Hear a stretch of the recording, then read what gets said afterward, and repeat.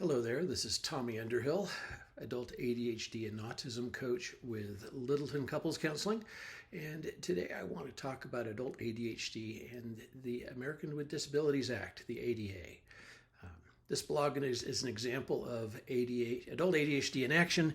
While initially researched for a friend struggling with a college course, I believe this information can apply and will apply to many others and can help with others with adult ADHD. Too many people think wheelchairs and blind people when they think about the Americans with Disabilities Act. The Act encompasses so much more. In 2016, the ADHD and ADD was formally added to the Act. For a moment, let's define adult ADD and ADHD. Let me take a moment to define what this is for the blog. I consider an adult to be a person 18 years of age or older, and many people in society view ADHD to be a childhood disorder that magically goes away when kids grow up. I wish it was so. Adult ADHD is just not that kind of a situation and continues to influence the lives of many adults as they work through college and enter what so many people consider to be normal adult life. In addition to that,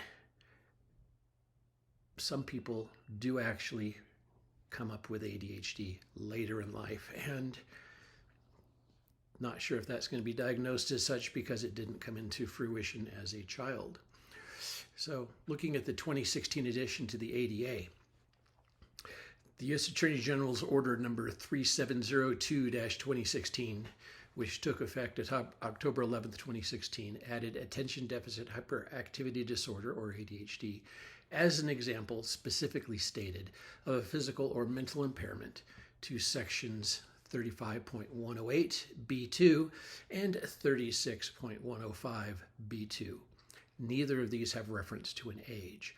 These additions to the ADA include ADHD may seem insignificant, since it could have been argued that ADHD has always been a mental impairment. Words matter, especially in law.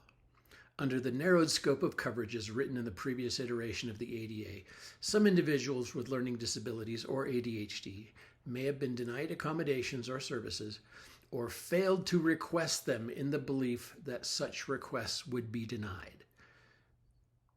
If you have ADHD, you can see that's kind of a scary feeling. It is no longer allowable for a school or employer to baselessly claim that ADHD does not qualify as a protected status.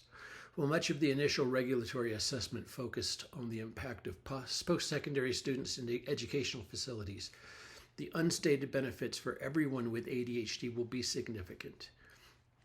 Quoting from the order, in addition to the discrete group of individuals with learning disabilities and ADHD who will benefit from the changes made to the definition of disability, there is a class of individuals who now fall within the non-discrimination protections of the ADA if they are refused access to or participation in the facilities, programs, services, or activities of covered entities. The benefits to these individuals are significant but unquantifiable. For a focused example, there were a total of 20,486,000 post-secondary students calculated in the order. Of this figure, 2.96% of post-secondary students can be identified with learning disability or ADHD, and 51.1% of these students are already receiving accommodations for extra exam time. Changes in the wording to the ADA that went into effect in 2016 could benefit an additional 296,523 students every year.